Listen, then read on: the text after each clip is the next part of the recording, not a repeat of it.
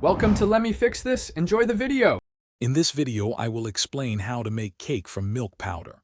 First, let's gather our essential ingredients. You'll need 1 cup of milk powder, 1 cup of all-purpose flour, and half a cup of sugar.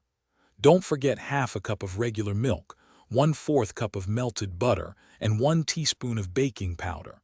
A half teaspoon of vanilla extract will add a lovely flavor. Now let's mix our batter.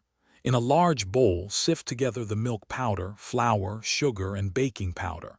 In another bowl, whisk the milk, melted butter, and vanilla extract. Gradually pour the wet mixture into the dry ingredients. Mix gently until everything is just combined, being careful not to overmix. This ensures a tender cake. It's time to bake. Preheat your oven to 350 degrees Fahrenheit, which is about 175 degrees Celsius.